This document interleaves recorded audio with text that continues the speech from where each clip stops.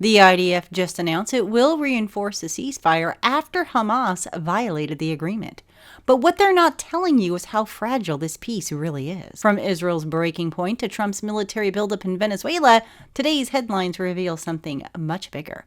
Matthew 24's wars and rumors of wars unfolding in real time. I'm Dina Calmetta, and this is prophetic news you won't get anywhere else. The Jerusalem Post is reporting that the IDF announced that it will begin reinforcing the ceasefire on Sunday night after it carried out a series of strikes against Hamas targets in response to the group violating the ceasefire agreement on Sunday. Earlier, the military condemned Hamas's blatant violation of the ceasefire agreement, which occurred when the group fired an anti-tank missile and opened fire on Israeli soldiers. Hamas, meanwhile, attempted to deny any responsibility for the attack, claiming that communication had been cut off with its operatives in the zones under Israeli control since the resumption of the fighting in March. Following the attack, senior Hamas officials issued a statement saying that the group was committed to the ceasefire, insisting that it is the occupation that continues to violate the ceasefire and provide excuses for its crimes. So where is the truth in the middle of all of this? With one side blaming the other side, we really don't know. But as what we do know is that this ceasefire is very fragile right now. So as always, I will continue to keep you updated. Speaking of Israel, World Israel News is reporting that Canada will enforce the International Criminal Court's arrest warrants against Israeli Prime Minister Benjamin Netanyahu and former Israeli Defense Minister Gallant should either of them ever visit Canada. Speaking on a podcast hosted by Bloomberg, Carney said that he would uphold the pledge by his predecessor to have Netanyahu and Gallant arrested upon their arrival in Canada. Carney took Netanyahu and his government to task for their opposition to Palestinian statehood and defended Canada's recognition of a Palestinian statehood. He said, "Let me be clear about why we did what we did. It was because the actions of the Netanyahu government were explicitly designed to end any possibility of a state of Palestine in violation with the UN Charter and going against Canadian government policy of whatever political stripe since 1947. He went on to say that yes, the United States disagrees with the decision that we took, that Spain took, that France took, that the United Kingdom took, and that 150 other countries in the UN have taken. But our common objective is the same. The end is a free and viable Palestinian state living side by side in peace and security with the state of Israel. That is the end goal." And of course, Canada isn't the only one who wants to see Netanyahu behind bars. Queen's Assemblyman and mayoral candidate Mandani told Fox News that he would exhaust every legal option to have the Israeli Prime Minister arrested if he were to visit New York City. Let's talk about this Palestinian issue and Israel and Palestine living side by side. In order for that to happen, they're going to have to give a part of Israel's land to the Palestinians. And we know what God says about that. We know that eventually the land will be divided, and we also know that he will judge the nations that divide his land. He tells us in Joel chapter 3, verse 2, "I will gather all nations and will bring them down to the valley of Josaphat and will plead with them there for my people and for my heritage Israel, whom they have scattered among the nations and parted my land." Zechariah chapter 12, verse 3, God says, "And in that day will I make Jerusalem a burdensome stone for all people. All that burden themselves with it shall be cut in pieces, though all the people of the earth be gathered together against it." So there's going to be harsh judgment from God for any nation that divides the land of Israel. And I know that a lot of you who are regulars here, you have heard these verses before, but maybe there's somebody tuning in for the first time that has never heard about these verses before. So that's why when we see these headlines, I like to just give you guys a biblical reference because that's what this channel is about. But anyway, so yeah, not a very good situation for those that try to go and divide the land of Israel. There's nothing wrong with living, peacefully side by side if everyone has their own land, because ultimately we want peace. Now, of course, we know that there will not be true peace until the Prince of Peace is here on earth, and that is Jesus Christ. But speaking of a Palestinian state, will the United States eventually recognize a Palestinian state? Well, let's look at this next headline. President Trump said he expects an expansion of the Abraham Accords soon and hopes that Saudi Arabia will join the pact. The U.S. president called the pact a miracle and amazing and hailed the United Arab Emirates signing of it. The Abraham Accords secured agreements between Israel and the UAE, Bahrain, Morocco, and Sudan. The president claimed that it'll help bring long-lasting peace to the Middle East. The president claimed on Friday that Saudi officials indicated to him as recently as Thursday that they're willing to join the Abraham Accords, which he expects will be expanded soon. And he reiterated his belief that Arab and Muslim countries will be able to normalize relations with Israel. The president told Fox News that I hope to see Saudi Arabia go in, and I hope to see others go in. I think when Saudi Arabia goes in, everybody goes in. Now, Saudi Arabia, on the other hand, has repeatedly stated that it will normalize relations with Israel unless Jerusalem agrees to establish a credible, time-bound, irreversible path to the creation of a Palestinian state.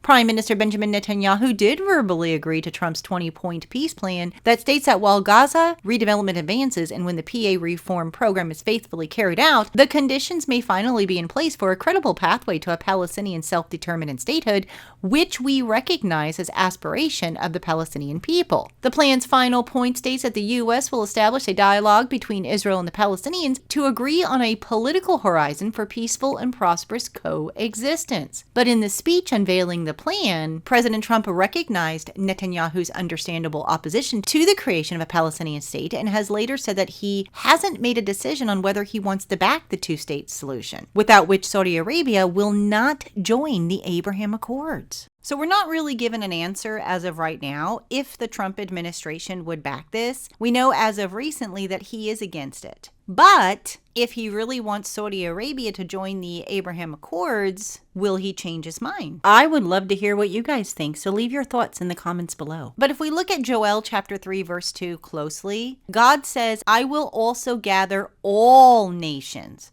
He doesn't say some nations. He doesn't say except for the United States. He says all nations. So eventually, whether it's President Trump or somebody else, all nations will take part in dividing the land of Israel. But Middle East peace negotiations aren't the only diplomatic crisis on Trump's desk right now. While he's working to expand the Abraham Accords, tensions with Ukraine just hit a breaking point. President Trump told the Ukrainian President Zelensky in a tense meeting on Friday that he doesn't intend to provide the long-range Tomahawk missiles, at least for now. Zelensky hoped to leave Washington with commitments around the new weapons for Ukraine, but found Trump in a totally different state of mind a day after he had a lengthy call with the Russian President Putin. Trump made clear his priority now is diplomacy, and he thinks providing Tomahawks could undermine it. During his meeting with Zelensky, Trump briefed Zelensky on the call with Putin. He stressed that the current U.S. proposal for a diplomatic solution is for the war to end with the front lines frozen in place, a difficult proposition for Ukraine to accept. Trump hinted at this stance in his Truth Social post following the meeting. After describing the meeting as interesting and cordial, he said he told both Zelensky and Putin that it was time to stop where they are, adding, let both claim victory, let history decide. Now, with that said, President Trump also stated that he will be meeting with President Putin in a couple of weeks in Hungary, hoping for an end to the conflict and possibly peace. If this prophetic analysis is helping you connect the dots between headlines and scripture, do me a favor right now. Hit the like button, you guys. It helps this message reach more people who need to understand what's really happening behind these global events. Now, while Trump pursues peace through diplomatic pressure, he's also exploring unprecedented infrastructure that could completely reshape global power dynamics. And this next story sounds almost unbelievable. President Trump was asked about a possible tunnel from Russia to Alaska, and he told reporters on October 17th that it was interesting and that we'll have to think about it. The proposal appeared on social media on October 16th in a post from Kirill Dmitriev, the Russian president's investment envoy and head of Russia's RDIF Sovereign Wealth Fund. The post suggested a $8 billion tunnel could run under the ocean for 70 miles to across the Bering Strait, the narrowest point between the two continents. He said that the tunnel would symbolize unity by providing a rail and cargo link between the countries. He also floated the proposal after Trump and Putin spent 2 hours talking about how to end the Russian and Ukrainian conflict. Dmitriev struck up a relationship with Steve Witkoff, Trump's special envoy conducting peace negotiations in the Middle East and Ukraine. He suggested that the former Trump advisor Elon Musk's Boring Company could build the tunnel. And speaking of global tensions, while Trump's exploring this Russia-Alaska connection, conflict is also escalating in the Pacific region. Australia and China just hit a new flashpoint. Australia has accused a Chinese military aircraft of releasing flares in close proximity to its patrol jet over the South China Sea. The Australian government has raised its concern with Beijing over the unsafe and unprofessional maneuver. There is no damage to the Australia's P-8A aircraft, and its personnel were unharmed after the encounter. A Chinese military spokesman said that the Australian jet illegally intruded into Chinese airspace and had to be expelled, stating also that the Australian aircraft's actions had seriously infringed upon China's sovereignty, and urged Australia to immediately cease its infringing and provocative actions. Australia's Defence Force said it expects all countries, including China, to operate their militaries in a safe and professional manner. So definitely some sparks in the sky between Australia and China. Now, in addition to all of that, let's talk about what happened with the United States and Venezuela. It is being reported President Trump has deployed one of the Army's most secretive regiments in the Caribbean after threatening strikes inside Venezuela. The president warned the socialist Nicolas Maduro that he better not blink around with the United States as he spoke to reporters at the White House on Friday. Trump has ordered 5 strikes over the last 2 months on Venezuelan boats in the Caribbean. The strikes come against the backdrop of the largest U.S. military buildup in the region since the Cold War. Maduro claims to have mobilized a million-strong militia and is warning the population that Trump is preparing to invade. Military experts say the true size of the army is just 125,000 soldiers, and his rusty Soviet-era hardware stands no chance against America's warfighting machine. Trump has deployed B-52 nuclear bombers, guided missile destroyers, F-35B fighter jets, and P-8 Poseidon spy planes, and a nuclear submarine with around 6,500 troops. Included in that group is the Army's 160th Special Operations Aviation Regiment, known as the Nightstalkers. The elite aviation unit provides precision air support for special operation forces, including the Green Berets, the Navy SEALs, and the Delta Force. Around 90 miles from where Trump's troops lie in wait, Russian-made fighter jets soared above the streets of Venezuela as intense training took place. Maduro is pumping out propaganda by stating, "Raise your hands if you want to be a slave to the gringos. If you want peace, get ready to earn peace. The people are ready for combat, ready for battle." The president has also announced on Wednesday that he gave the CIA permission to conduct missions inside of Venezuela. Now, Maduro on Wednesday denounced the president's use of the CIA to institute a possible regime change as desperate. Maduro said, "How long will the CIA continue to carry on with its coups? Latin America doesn't want them and doesn't need them." Jesus told us that in the last days before his return, in the books of Matthew, Mark, and Luke, he said that we would hear of wars and rumors of wars.